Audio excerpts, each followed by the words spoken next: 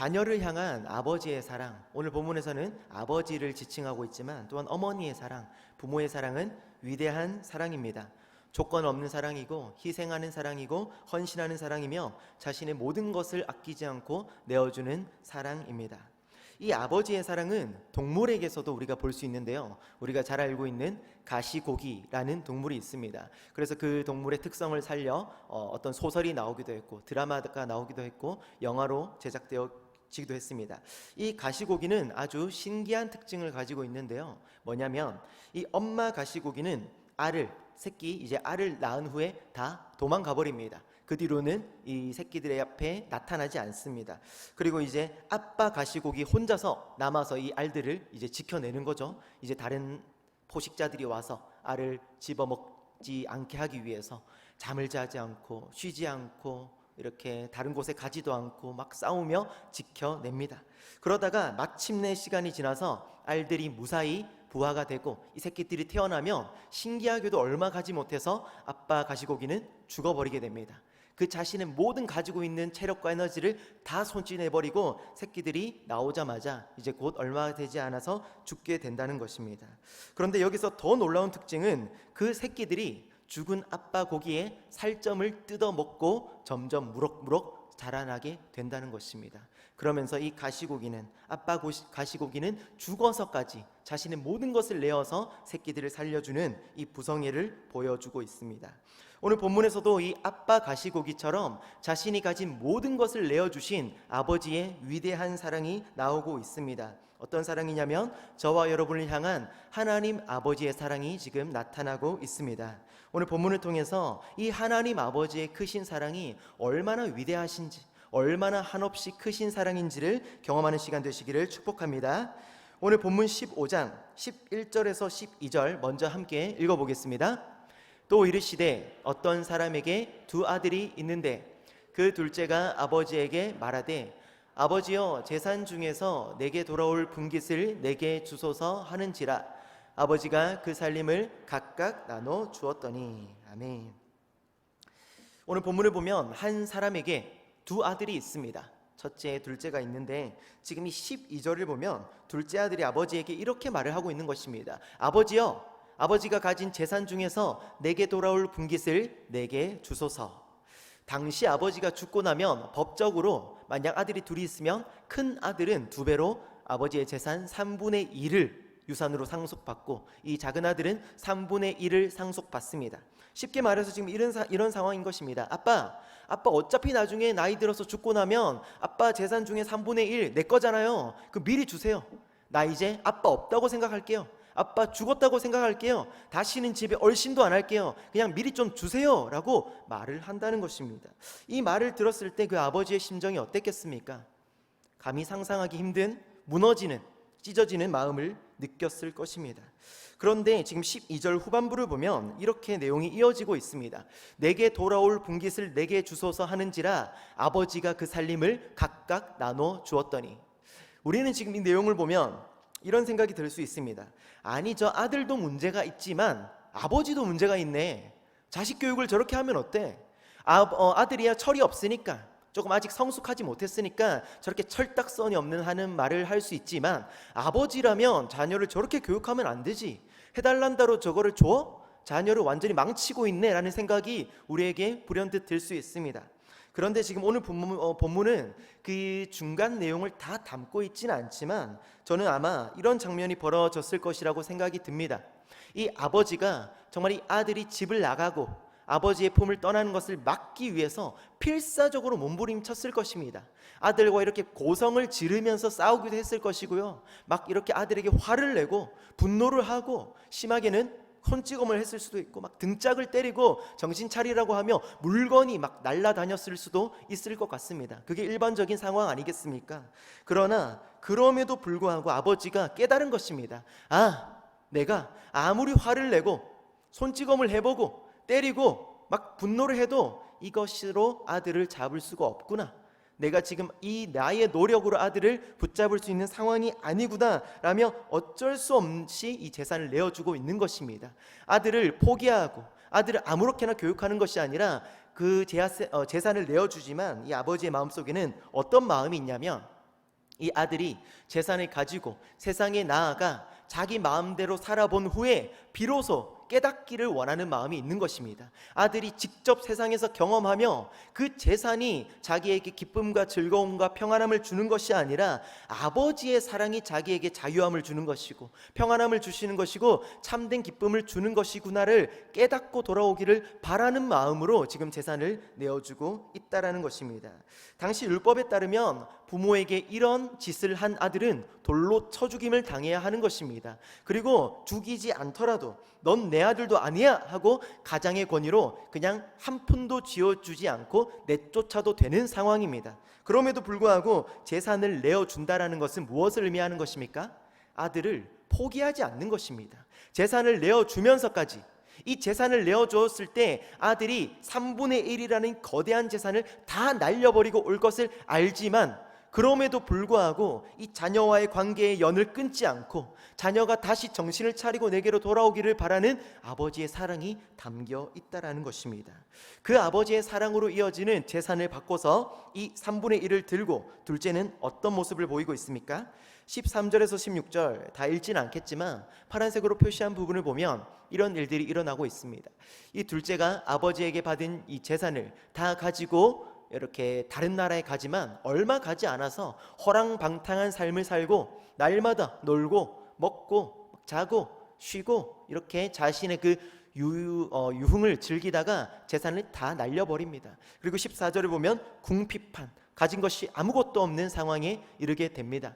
그리고 15절과 16절을 보면 할 것이 아무것도 없고 먹을 것이 없어서 돼지를 치는 일을 하고 거기서도 배가 너무 고파서 돼지가 먹는 쥐염 열매를 먹으려고 하는 모습까지 보이고 있습니다.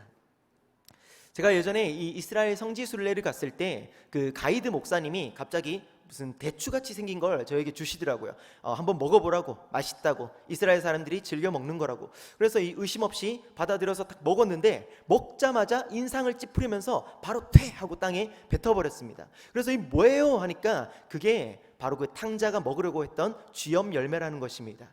그때 더 크게 와닿았습니다. 이 탕자가 진짜 인생의 밑바닥까지 갔었구나. 정말 저는 먹었을 때 너무 써서 이렇게 막 씁쓸한 맛이 나서 몇 번 씹지도 못하겠는데 먹을 것이 없어서 이 돼지가 먹는 쥐염 열매를 먹고자 했던 그 탕자, 이 성경에 보면 그 쥐염 열매조차도 주지 않아서 먹지 못했던 인생의 완전 밑바닥을 경험하는 탕자의 모습을 우리는 보게 됩니다. 그런데 여러분, 우리는 지금 본문에서 탕자 결국 아버지 말을 듣지 않다가 이렇게 인생의 쓴 경험을 맛보게 되는구나에 주목하는 것이 아니라 그 이후에 탕자가 보여주는 이 모습을 주목할 수 있어야 합니다. 17절에서 19절 여기도 길어서 읽지는 않겠습니다. 파란색 부분을 보면 어떤 모습을 보이고 있냐면 비로소 이 탕자가 인생의 밑바닥을 경험했을 때 아무것도 더 이상 의지할 것이 없고 먹을 것조차 없어 죽기 직전의 상황에 어떤 모습을 보이고 있습니까? 이에 스스로 돌이켜 이르되 내가 일어나 아버지께 가서 이르기를 무엇입니까? 잊고 살았던, 떠나 살았던 아버지를 떠올리기 시작합니다. 자신에게 더 이상 아버지라고 생각하지 않았던 아버지를 다시 그리워하기 시작합니다. 그리고 19절에 보면 내가 다시 아버지 곁으로 나아가야겠다고 결심하고 있습니다. 드디어 깨닫는 것입니다. 내가 아버지와 함께 살던 그곳이 내게는 천국이었구나. 내가 아버지의 자녀로 살던 그때가 내 인생의 천국의 삶이었구나. 내가 다시 아버지께로 나아가야겠다. 자격은 없지만 종으로서라도 아버지 앞에 나아가야겠다라는 결심을 하고 있다라는 것입니다.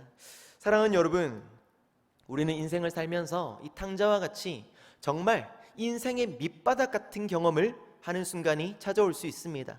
또는 광야와 같은 삶을 경험하게 될 수도 있습니다. 그때 우리가 정말 마음이 지치고 무너지고 정말 의지할 것이 아무것도 없는 것 같은 그때 우리가 보여야 하는 반응이 무엇입니까? 세상을 비관하고 하나님을 원망하고 우리 앞에 처해진 현실에서 주저하고 무너지는 것이 아니라 오늘 탕자가 보여주었던, 탕자에게서 나타났던 그 반응처럼 우리가 잠시 잊고 놓치며 살았던 하나님 아버지께 우리의 시선을 다시 고정할 수 있어야 한다는 것입니다. 우리가 떠나 있었던 그 마음을 놓치고 있었던 우리의 생각과 마음을 다시 한번 하나님께로 집중할 수 있어야 한다는 것입니다.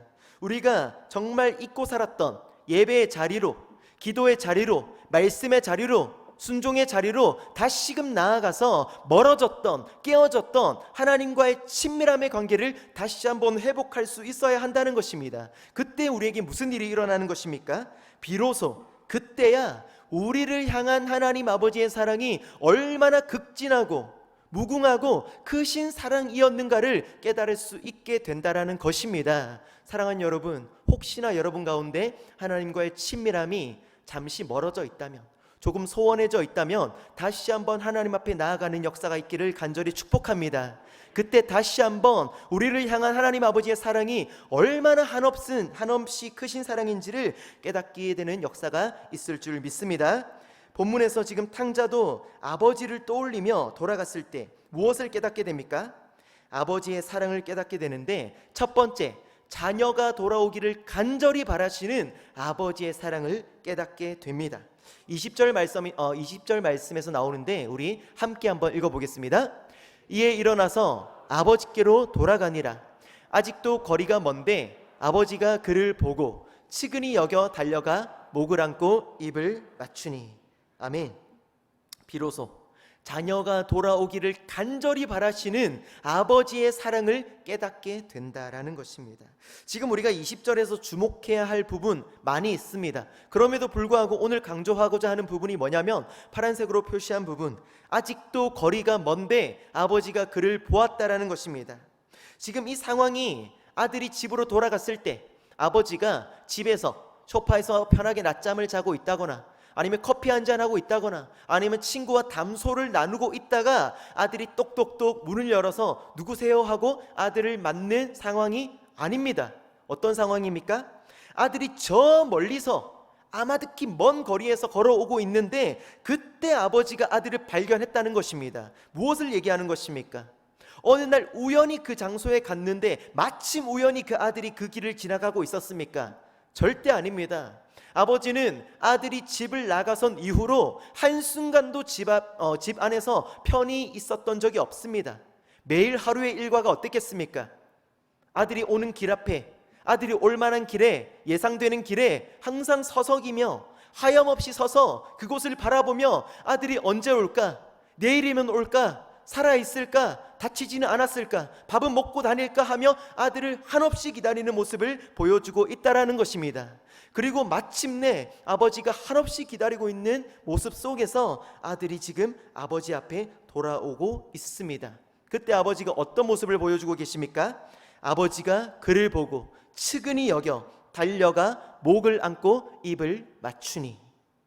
자신의 가슴에 대못을 받고 자신의 재산의 3분의 1을 다 날려버리고 거짓골이 되어서 찾아온 아들에게 한마디도 정죄를 하지 않습니다. 내쫓지 않습니다. 인상 찌푸리지 않고 분노를 하지 않습니다. 당시 고대 사회에서 한 집안의 가장이, 남성이 달려간다는 것은 굉장히 경박스러운 행동이고 가벼운 행동이고 경솔한 행동이지만 본문을 보면 아들을 향해 달려가 목을 끌어안고 입을 맞추며 울며 반겨주었습니다. 사랑하는 성도 여러분, 내 안에 혹시 이 작은 아들과 같은 모습이 있으십니까? 이 탕자와 같은 모습이 있지는 않으십니까? 하나님 아버지와 함께하는 이 즐거움보다 세상과 함께하는 즐거움 속에 빠져 있고, 하나님 아버지의 말씀에 순종하기보다는 세상의 이치를 더욱더 중요하게 여기며 하나님 아버지의 대못을 박으며 하나님의 마음에 근심을 만들어드리며 살아가는 우리의 인생이 되어지고 있지는 않으십니까? 우리는 그때마다 떠올려야 하는 것입니다. 무엇을 떠올려야 합니까? 오늘 본문이 단지 그냥 어떤 인간 사회에서 일어나는 것을 비유하시는 것이 아니라 실제로 하나님이 저와 여러분에게서 지금 보여주시는 모습을 비유로 하고 계신 것입니다. 우리가 하나님 앞에서 떠나가 있을 때, 멀어져 있을 때, 친밀함이 사라져 있을 때 하나님은 한순간도 편안히 천국 보좌에 앉아 계시는 것이 아니라 하염없이 저와 여러분을 바라보시며 전전긍긍하시며 눈물 흘리시며 애타게 기다리고 계신다라는 것입니다.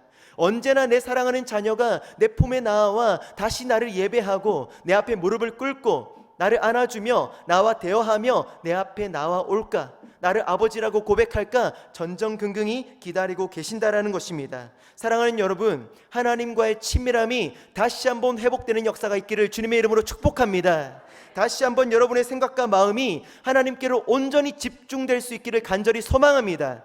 그때 비로소 하나님의 크신 사랑을 깨닫고 그 품속에서 아버지의 사랑을 온전히 누리며 천국을 맛보는 역사가 여러분의 인생 가운데 나타나게 될 줄 믿습니다. 계속 본문을 보면 돌아온 아들로 인해 기뻐하는 아버지의 모습이 나타나고 있습니다. 아버지가 잔치를 엽니다. 아들이 돌아왔다는 기쁨 속에서 잔치를 열고 풍악을 울리고 춤을 추고 거기다가 그 귀하다는 살찐 송아지를 잡고 있습니다. 그런데 이때 우리가 아는 내용인데 어떤 일이 일어나냐면 밭에서 열심히 일을 하고 큰아들이, 첫째 아들이 돌아옵니다. 그런데 이 종을 통해서 이 사실을 알게 된 후에 분노를 하는 것입니다. 질투를 하고 막 화를 내는데 그 내용이 29절에 있습니다. 함께 읽어보겠습니다.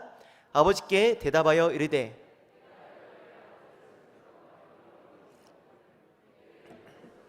주어 나와 내 벗으로 즐기게 하신 일이 없더니. 화가 난 첫째 아들이 아버지께 따지며 말하는 것입니다. 아니 아버지, 어떻게 저에게 이러실 수 있습니까? 내가 아버지에게 얼마나 아버지 시키는 말에 순종하고 하나도 명령을 어기지 않고 열심히 일을 했는데 저에게는 염소 새끼 한 번 주신 적 없더니, 한 번 그 대접하지 않으시더니 저 아버지의 재산을 3분의 1을 다 날리고 저 계집들이랑 놀다가 친구들이랑 술을 마시고 방탕하게 놀다가 저렇게 돌아온 저 자식이 뭐가 예쁘다고 염소도 아니라 우리 집에서 가장 귀하다는 송아지를 잡고 계십니까? 아버지 지금 뭐 하는 행동이십니까? 차별하십니까? 라는 말을 하고 있다라는 것입니다. 우리는 그러나 여기서 지금 이어지는 아버지의 대답 속에서 또 하나의 중요한 아버지의 사랑을 바라보게 됩니다. 두 번째, 자신의 모든 것을 내어주시는 아버지의 사랑을 우리는 경험할 수 있습니다. 31절과 32절 말씀 다시 한번 같이 한번 읽어보겠습니다. 아버지가 이르되 예, 너는 항상 나와 함께 있으니 내 것이 다 내 것이로되 이 내 동생은 죽었다가 살아났으며 내가 잃었다가 얻었기로 우리가 즐거워하고 기뻐하는 것이 마땅하다 하니라. 아멘. 저희 어머니 이 휴대폰 SNS가 아니고 그 카카오톡 이 프로필 사진을 보면 이 한 열 몇 장이 있는데 넘겨도 다 저희 형님 사진이 있습니다. 제 사진은 한 장도 없습니다. 그래서 제가 참다가 한번 물어봤습니다. 아니 엄마는 아들이 둘인데 왜 열 몇 장이 넘는 사진에 형 사진만 해놓냐?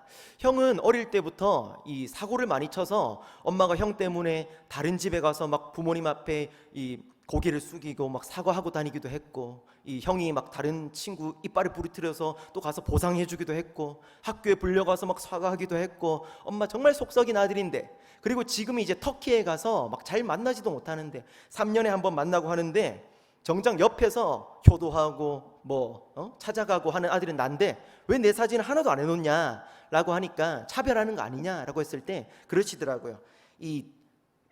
네가 부모의 마음을 몰라서 그렇다. 부모가 더 예뻐하는 아들이 어디 있겠냐. 그런데 네 형은 엄마가 잘 만나지 못하니까 항상 그립고 보고 싶고 걱정이 되니까 이렇게 다른 표현으로 그렇게 사랑하는 거지, 엄마가 너는 만났을 때 늘 안아주고 이렇게 막 껴안고 치대고 귀찮게 하고 그렇게 사랑을 표현하지 않냐. 사랑 표현 방법이 다를 뿐이다 라고 말씀을 하시더라고요. 믿기진 않았는데 어쨌든 그렇게 변명을 하시더라고요.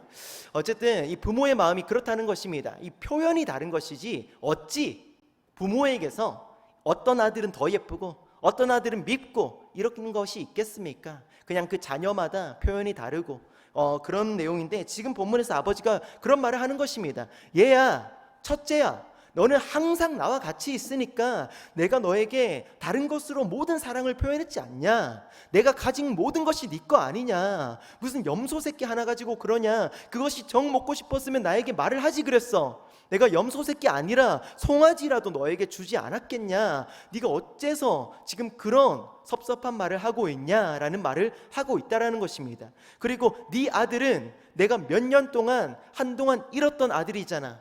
못 봤던 아들이잖아. 죽었던 아들이잖아. 그 아들이 돌아왔으니까 지금 다른 표현으로 이렇게 축하를 하고 있는 것 뿐이잖아. 내 마음을 알지 못하겠니? 라는 부모님의 마음을 표현하고 있다라는 것입니다. 지금 29절에 보면 첫째 아들이 이렇게 말합니다.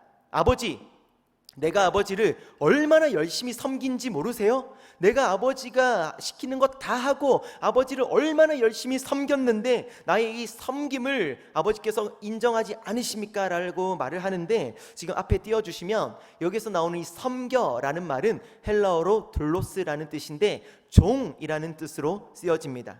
무슨 말입니까? 지금 이 첫째 아들은 아버지의 곁을 떠나지는 않았습니다. 옆에서 매일 같이 살았지만 아버지의 아들로서 하루하루 인생을 살아간 것이 아니라 아버지의 보상과 대가를 바라는 어떤 종으로서, 노예로서, 하인으로서, 아버지의 일꾼으로서의 인생을 살아가고 있었다라는 것입니다. 무슨 말이겠습니까? 더 정확하게는 아들로서 아버지의 사랑을 기대하는 삶을 산 것이 아니라 아버지의 종으로서 열심히 일을 하고 섬겼을 때 아버지에게로부터 내게 무슨 보상과 대가가 주어질까, 그 상급을 바라는 종으로서의 삶을 살아가고 있었다라는 것입니다. 사랑하는 여러분, 사실 솔직히 말하면 지금 저와 여러분의 모습은 하나님 곁을 멀리 떠나가 버린 작은 아들의 모습보다는, 그런 모습도 친밀함의 관계에서는 있겠지만 더 정확하게는 우리는 큰아들의 모습이 더 정확할 수 있습니다. 무슨 말입니까? 우리는 하나님 앞에 모든 것을 다 받았습니다. 첫째 아들로서 하나님이 가지신, 하나님이 소유하신 모든 것이, 하나님의 모든 소유가 나의 소유라는 것입니다. 그런데 순간순간 우리는 날마다 예배 생활을 하고 기도 생활을 하고 봉사를 열심히 하고 첫째 아들처럼 밭일을 열심히 하고 아버지 곁을 떠나지는 않지만 문득문득 우리 마음에 무슨 마음이 일어납니까? 불평하는 마음이 일어납니다. 원망이 일어납니다. 하나님, 왜 내게 이것을 주시지 않습니까?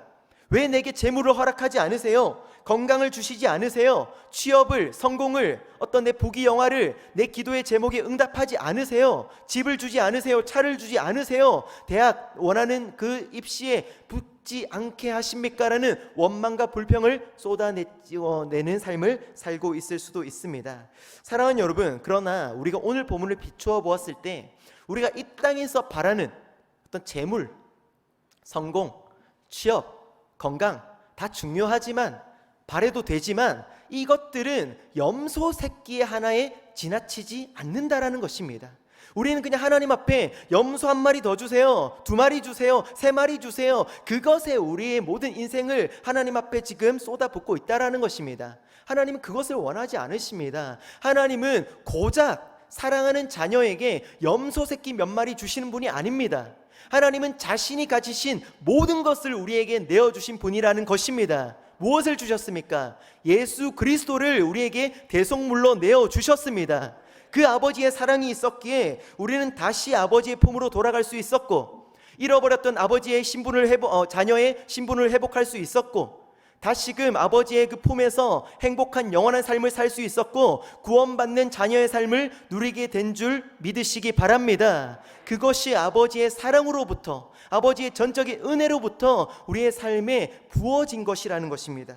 그런데 우리는 그것을 깨닫지 못하고, 아버지가 우리에게 모든 것을 주셨는데, 아버지가 자신이 모든 생명보다 귀하게 여기시는 독생자 예수 그리스도를 내어주셨는데, 그 예수 그리스도께서 마치 가시고기와 같이 자신의 피를 흘려 목숨을 던져 십자가에 박혀 생명을 던져 우리를 살리셨는데, 그것은 계속 기억하지 못하고 염소 새끼에 우리가 시선을 빼앗긴다라는 것입니다. 그러나 오늘 본문을 봤을 때 우리는 하나님의 종들로서 그런 첫째 아들의 모습으로 살아가는 것이 아니라 우리에게 모든 것을 내어주신 하나님 아버지의 자녀로서 아버지의 사랑에 감사하며 그것에 항상 찬양하며 그 사랑을 흘러보내며 전하는 삶을 살 수 있어야 한다는 것입니다. 말씀을 맺겠습니다. 오늘 본문에서 첫째 아들이 만약 아버지의 곁에서 종으로서의 모습이 아니라 참된 아들로서의 모습을 살아갔다면 어떤 행동을 보여야 했겠습니까? 일을 열심히 해서 아버지의 재산을 이 둘째 놈이 3분의 1을 탕진했으니 이렇게 다시 원상복구해드려야지 하는 것이 첫째 아들의 참된 삶의 모습이었겠습니까? 아니면 오늘 본문에서처럼 열심히 밭일을 해서 아버지의 양식을 더 풍족하게 해드리는 것이 참된 모습이었겠습니까? 첫째 아들이 정말로 종이 아니라 아들로서 옆에서 아버지의 마음을 헤아렸다면 집에 있으면 안 됐습니다. 밭에 있으면 안 됐습니다. 집 밖을 나가야 했습니다. 무슨 말입니까? 집 밖을 나가서 허랑방탕한 삶을 사는 것이 아니라 그 허랑방탕한 삶을 살고 있는 작은 아들을 찾아 헤매야 하는 것입니다. 어디서 지금 살아가고 있는지, 어디서 지금 죽어 있지는 않는가, 밥은 잘 먹고 다니는가, 이 아버지를 근심시키는 작은 아들을 찾아 헤매서 찾아서 아버지께로 돌아오게 하는 것이, 데리고 오는 것이 첫째 아들의 본분이었습니다. 그 첫째 아들이 해야 하는 사명이었다라는 것입니다. 그럼에도 불구하고 이 첫째 아들은 아버지의 마음을 헤아리지 못했습니다. 헤아리지 않았습니다. 관심이 없었습니다. 아버지의 마음과 아버지의 건강에는 관심이 없었고, 아버지가 하루하루 죽어가고 잠도 자지 못하고 쉬지도 못하고 날마다 눈물로 밤을 지새우고 있는데 그것에는 아무런 관심도 없이 내가 받을 그 유산과 염소 새끼에만 관심이 있었다라는 것입니다. 사랑하는 여러분, 하나님 아버지께서 매일같이 잃어버린 자녀들을 눈물로 하염없이 기다리고 계십니다. 저 여러분은 지금 첫째 아들로서, 첫째 딸로서, 첫째 자녀로서 인생을 하루하루 살아가고 있습니다. 지금 여러분의 삶은 아버지의 종으로서 대가를 바라는 그 모습으로 살아가고 있습니까? 아니면 아버지의 마음을 헤아리기를 원하는 아버지의 참된 자녀로서의 삶을 살아가고 계십니까? 이웃초청주일이 다음 달에 있습니다. 매년 한 해 행사입니다. 우리에게 익숙해져 있을 수 있습니다. 그러나 오늘 주보에서 나간 것처럼 태신자를 품으라고 할 때 우리의 마음에 이런 마음이 들 수 있습니다. 태신자? 나 10년도 더 많이 적어서 냈어. 그런데 그 사람 안 변해. 그 사람 내가 잘 아는데 절대 안 변해. 교만입니다. 하나님을 불신하는 것입니다. 하나님께서 그 자녀를 기다리고 계시는데 눈물로 잠도 못 주무시고 쉬지도 못하시고 하염없이 기다리고 계시는데 내 교만과 내 불신으로 판단해서 태신자를 작정하지 않고 그 영혼을 위해서 기도하지 않고 복음을 전하지 않는 하나님의 마음을 근심시키는 첫째 아들의 모습이라는 것입니다. 여기 모인 여러분 모두는 반드시 태신자를 작정할 수 있기를 간절히 축복합니다. 지금부터 한 영혼, 두 영혼 간절히 바라는 그 영혼을 작정하시고 지금부터 눈물로 기도하시기 바랍니다. 하나님이 그 영혼을 애타게 기다리고 계신다라는 것입니다. 나중에 시간이 되시면 누가복음 전체를 읽으시면 드라크마 비유와 어떤 잃은 양 비유가 있습니다. 그 잃은 양을 찾았을 때 어떤 모습이 나오냐면 기뻐서 막 잃은 양을 짊어매고 이웃을 다 불러서 잔치를 여는 주인의 모습이 나타나고 있습니다. 저는 확신합니다.